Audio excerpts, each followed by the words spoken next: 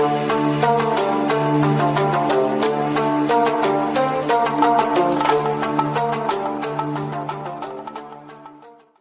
दोस्तों, आज हम इस वीडियो में बात करने वाले हैं एक प्रेरणादायी कहानी के बारे में। प्रेम में भक्त का झूठा खा गए बाके बिहारी जी। एक पंडित जी थे, वो बाके बिहारी लाल को बहुत मानते थे। सुबह शाम बस ठाकुर जी करके व्यतीत होता। पारिवारिक समस्या के कारण उन्हें धन की आवश्यकता हुई तो पंडित जी सेठ जी के पास धन मांगने गए। सेठ जी ने धन तो दे दिया, पर उस धन को लौटाने की 12 किस्त बांध दी। पंडित जी को कोई एतराज ना हुआ, उन्होंने स्वीकृति प्रदान कर दी। अब धीरे धीरे पंडित जी ने 11 किस्त भर दी। एक किस्त ना भर सके, इस पर सेठ जी ने 12वीं किस्त के समय निकल जाने पर पूरे धन का मुकदमा पंडित जी पर लगा दिया। बात कोर्ट कचहरी तक पहुंच गई। जज साहब बोले, पंडित जी तुम्हारी तरफ से कौन गवाही देगा? इस पर पंडित जी बोले कि मेरे ठाकुर बाके बिहारी लाल जी गवाही देंगे। पूरा कोर्ट ठहाके से भर गया। अब गवाही की तारीख तय हो गई। पंडित जी ने अपनी अर्जी ठाकुर जी के चरणों में लिखकर रख दी। अब गवाही का दिन आया। कोर्ट सजा हुआ था। वकील जज अपनी दलीलें पेश कर रहे थे। पंडित को ठाकुर पर भरोसा था। जज ने कहा, पंडित अपने गवाह को बुलाओ। पंडित ने ठाकुर जी के चरणों का ध्यान लगाया। तभी वहाँ एक वृद्ध आया जिसके चेहरे पर मनोरम तेज था। उसने आते ही गवाही पंडित जी के पक्ष में दे दी। वृद्ध की दलीलें सेठ के बही खाते से मेल खाती थी। फलाना तारीख को किस्तें चुकाई गई। अब पंडित को ससम्मान रिहा कर दिया गया। तत्पश्चात जज साहब पंडित से बोले कि ये वृद्ध जन कौन थे जो गवाही देकर चले गए? तो पंडित बोला, अरे जज साहब, यही तो मेरा ठाकुर था जो भक्त की दुविधा देख न सका और भरोसे की लाज बचाने आ गया।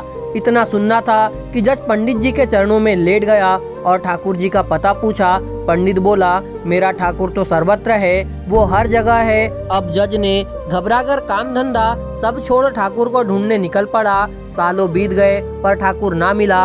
अब जज पागल सा मैला कुचेला हो गया। वह भंडारों में जाता, पत्तलों पर से जूठन उठाता और उसमें से आधा जूठन ठाकुर जी की मूर्ति को अर्पित करता, आधा खुद खाता। इसे देखकर लोग उसके खिलाफ हो गए, उसे मारते पीटते, पर वो ना सुधरा। जूठन बटोर कर खाता और खिलाता रहा।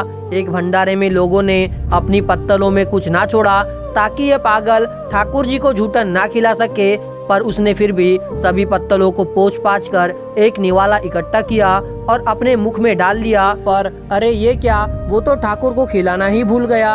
अब क्या करे? उसने तो निवाला अंदर ना सटका कि पहले मैं खा लूंगा तो ठाकुर का अपमान हो जाएगा और थूका तो अन्न का अपमान होगा। करे तो क्या करे? निवाला मुंह में लेकर ठाकुर जी के चरणों का ध्यान लगा रहा था कि एक सुंदर ललाट चेहरा लिए बाल गोपाल स्वरूप में बच्चा पागल जज के पास आया और बोला, क्यों जज साहब, आज मेरा भोजन कहाँ है?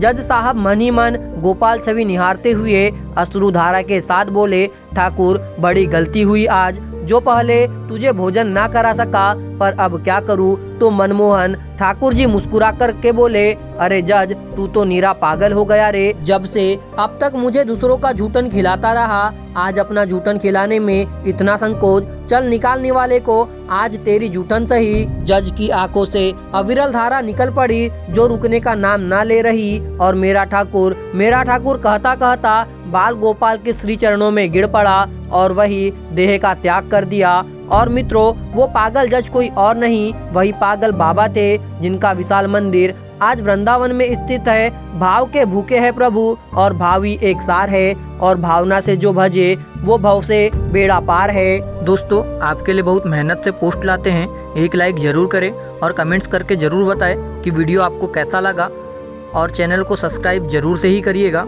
मुझे पूरा यकीन है आपका दिल बहुत बड़ा है, आप इस पोस्ट को लाइक और चैनल को सब्सक्राइब जरूर करेंगे।